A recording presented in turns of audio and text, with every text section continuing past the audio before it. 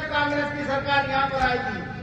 कांग्रेस की सरकार तो बीजेपी की है, वो रहेगी, लेकिन कम से कम उनकी चूठिया तो बढ़ दिया जाएगा। अगर कांग्रेस का आदमी जीत गया तो उनको कम से कम ये खबर तो हो जाएगी कि कांग्रेस जनता में जो है पेट बना के रखती है।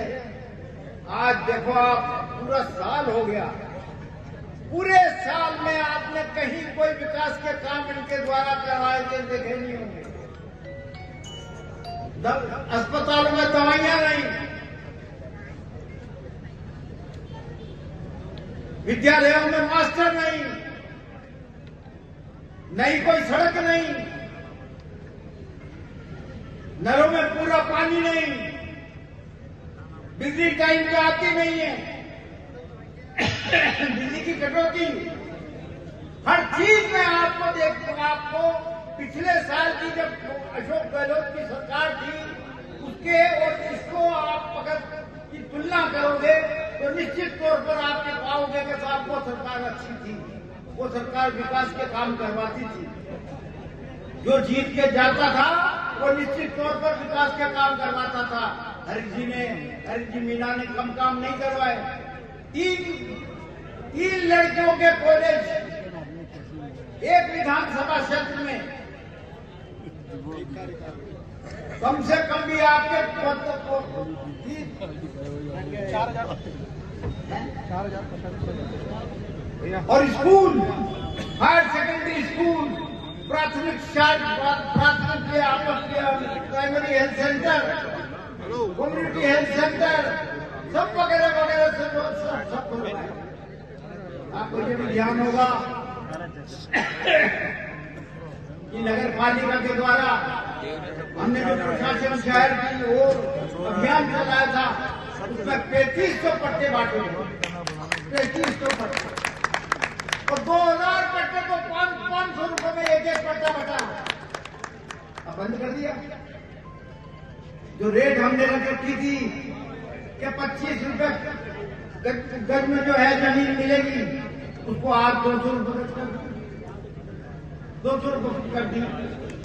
सारी योजनाएं बदल दी और कुछ जो कल्याणकारी योजनाएं थी जिनसे कि सीधा फायदा मिल रहा था गरीबों को, मध्यम वर्ग को मिल रहा था, उन योजनाओं को बंद कर दिया। तो ये फर्क आपको देखने को मिला होगा। एक साल बहुत बड़ा, काफी समय होता है एक साल का।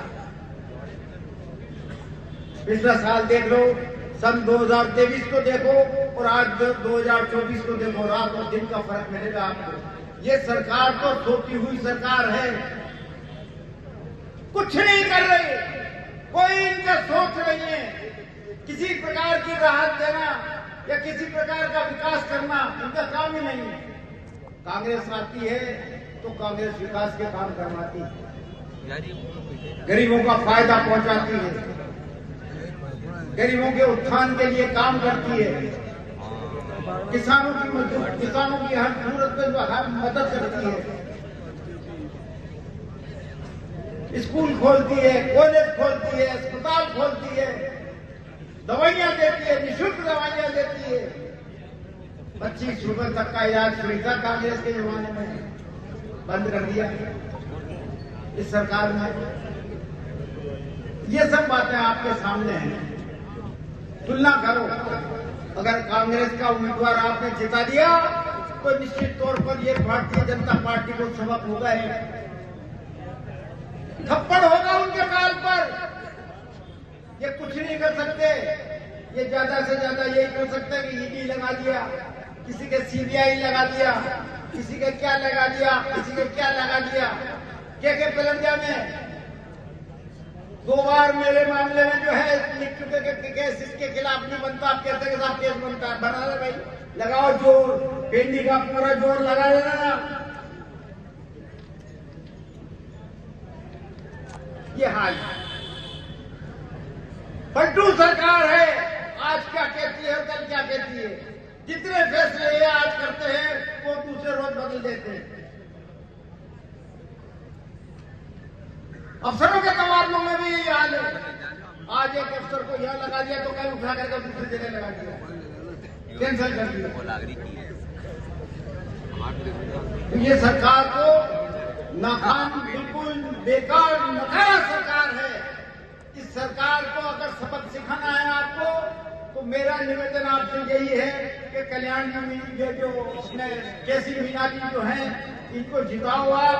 जिता करके अगर आपने वहां पर विधानसभा में भेजा तो निश्चित तौर पर इस सरकार की आंखें खुलेगी और सरकार जो है देवनी का क्षेत्र को जाकर देखेगी। आप दूनी में देखो, नगर पालिका में बढ़ोतरी गई, तहसीलें बनाई, 3 तहसीलें बनाई कांग्रेस के राज में। क्या क्या कोटा और जयपुर रोड को जो है वो 4 लेन कर दिया। कई काम कर दिए, कई काम कर दिया। तो सरकार अगर और रहती तो चमन कर देते इसको, इस एरिया को और चमन कर देता है। मैं आपसे यही निवेदन करना चाहता हूं कि दोनों का अंतर देखो। अशोक गहलोत की सरकार को देखो के कामों को देखो और इस भजन लाल की सरकार के कामों को देखो और फिर फैसला करो। ये क्या करते हैं कि पैसे देकर के ऐसा आदमी खड़ा कर देते हैं जिससे कि वोट काट लिया जाए। क्या कर दिया है, कोटा से उठा करके लिया है, उसको 2-4 करोड़ रुपया दे दिया होगा। वो तो पैसे इकट्ठे करने में माहिर रहेगी। पैसे इकट्ठे करके और आराम से हाथ जीतेगा तो नहीं। लड़ाई तो बीजेपी के बीच में और कांग्रेस के बीच में है। वो तो सिर्फ खड़ा इसलिए किया गया है कि तू मीनों के वोट काट ले, बस ये पैसे ले। कुछ तो वहां से मिल गए भारतीय जनता पार्टी से, कुछ यहाँ के लोगों से इकट्ठा कर लेगा और इकट्ठा करके अपने लोग घर जाएगा। आ जाओ, कोई जीते कोई आ गया। तो भारतीय जनता पार्टी का ये खेल यही नहीं, पूरे हिंदुस्तान में चल रहा है। यही खेल इन्होंने हरियाणा में किया, जिसके वजह से कांग्रेस हार गई। वोट काटने वाला आदमी तलाश करते हैं, उसको पैसा देते हैं और उसकी हर तरह से मदद करके उसको चुनाव लड़वाने के लिए तैयार कर लेते हैं। तो मैं आपसे ये निवेदन कर रहा हूं कि हार जीत कांग्रेस और बीजेपी के बीच में है। तीसरे को वोट डालना तो पानी में वोट डालने का बराबर है। इस बात को समझने की आवश्यकता है। तो मैं आशा करता हूं कि देवली की जनता, इस पूरे उमियारा क्षेत्र की जनता, विधानसभा क्षेत्र की जनता निश्चित तौर पर केसी मीणा को जिता करके जो है